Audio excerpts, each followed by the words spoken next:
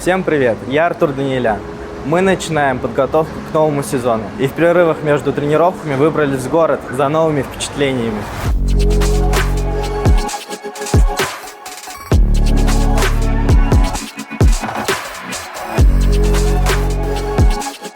Первый сбор — это всегда какая-то небольшая пытка, потому что втягиваться это всегда сложно, а с каждым годом это еще дается сложнее, потому что мы не молодеем, и как бы нам не хотелось быть заряженными уже в первые дни, нужно подходить с умом и аккуратно. Самое сложное — это найти коннект со своим телом снова, потому что весь сезон ты работаешь, и под конец сезона ты вдруг все квады прыгаешь, а потом все сначала.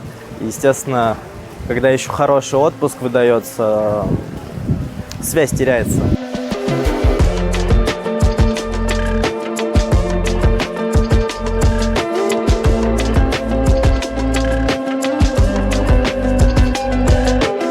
Артур, главное, что ты понял о себе за время прошлого сезона? Наверное, то, что я способен кататься хорошо на почти постоянной основе. Как это понимание приходило к тебе? Путем тренировок, обсуждений, попыток подойти и найти правильный подход. И вот мы с командой, с Евгением Владимировичем, нам пришлось снизить техническую составляющую, но зато повысили уровень стабильности. Дальше это доводить до 100% соотношения, а потом, соответственно, прибавлять техническую часть, увеличивать. Как будто бы не самый простой путь к счастью. Ну, у меня в целом не самая простая карьера, к моему сожалению, а может и к счастью, потому что я уже привык, я уже готов к любым видам борьбы. Ты часто вообще задумываешься о том, как твоя карьера складывается? Сейчас нет, но в течение сезона почти каждый день я какие-то анализирую, не понимаю, где что, вот где-то я не так сделал или наоборот так сделал. Я такой, я люблю сам собой болтать. А как это происходит, расскажи. Ну, если хорошая тренировка, то я, естественно, пытаюсь это зафиксировать и потом переносить на каждый день, но так тоже нельзя делать. Каждый день он по-своему разный, и каждый день не будет 100% КПД. А я из-за того, что перфекционист и хочу всегда максимум, я себя очень часто ругаю. Я очень часто с собой вот так вот кулаками, головой бьюсь со вторым собой. Кто побеждает? Вот в прошлом сезоне я настоящий.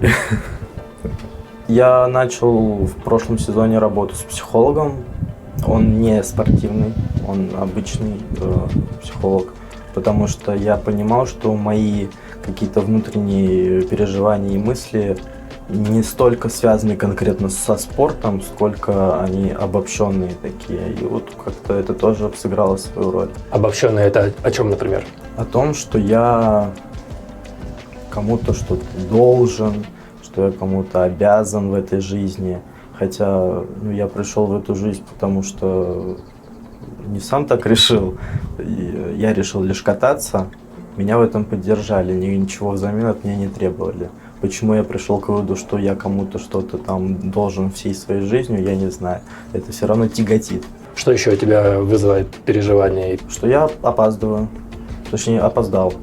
Что поезд уехал, а я вот бьюсь об эту стену, как будто просто так. Ну не просто так, как бы результаты показали и катание, что не просто так.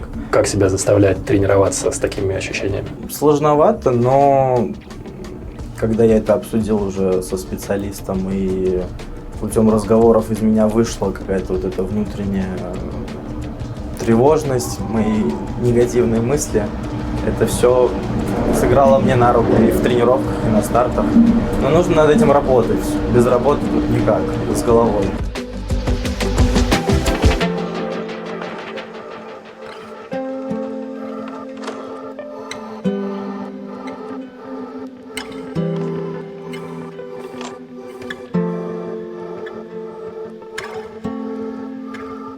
Артур, 3 твои главные мысли перед началом нового сезона. На чем ты сфокусирован? Дисциплина, уверенность, наслаждение. За последние годы я очень сильно научился получать удовольствие от тренировок, от соревнований. Да, я не всегда классно выступал, но вот прошлый сезон он еще больше скрасил в целом всю эту историю. Поэтому наслаждение — это то, что одно из, что заставляет меня дальше кататься.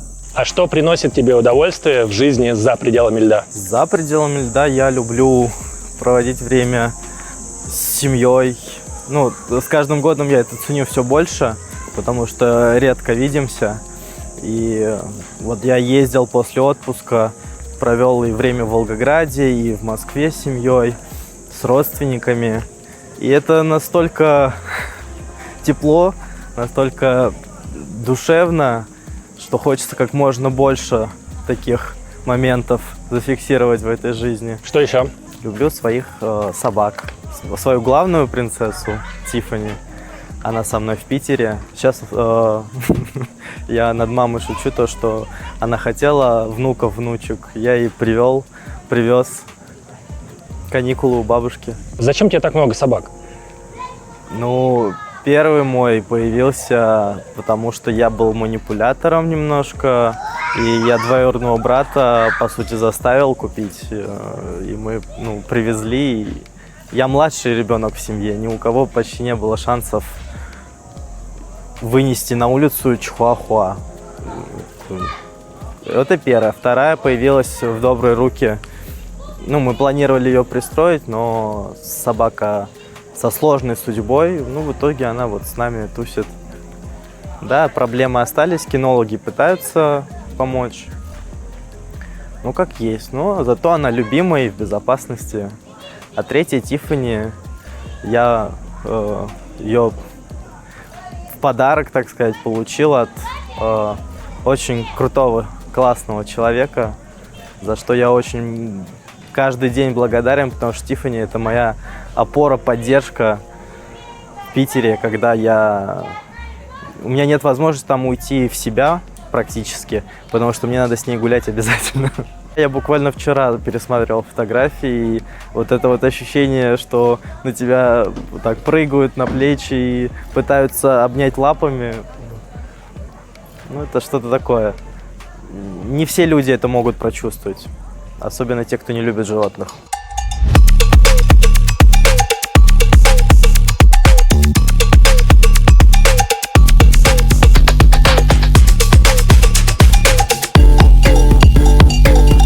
Записывайтесь ко мне на тренировки по гольфу.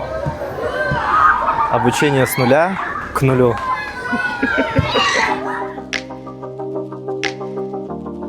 В какие моменты ты находишься в гармонии с собой? Сейчас. Я в максимальной гармонии. Это чаще летом, когда вот только все начинается, когда вот отпуск прошел, ты еще ни о чем не думаешь. Тогда полная гармония. Если это удается сохранить хотя бы в 50%, то это уже спасибо. А ты ленивый человек? Периодами. Иногда, наоборот, энергия так и хлещет, а иногда просто пластом лежишь и все, ничего не делаешь. Я могу реально пролежать весь день и выйти по полчаса, часу гулять с собакой 2 раза за день и все.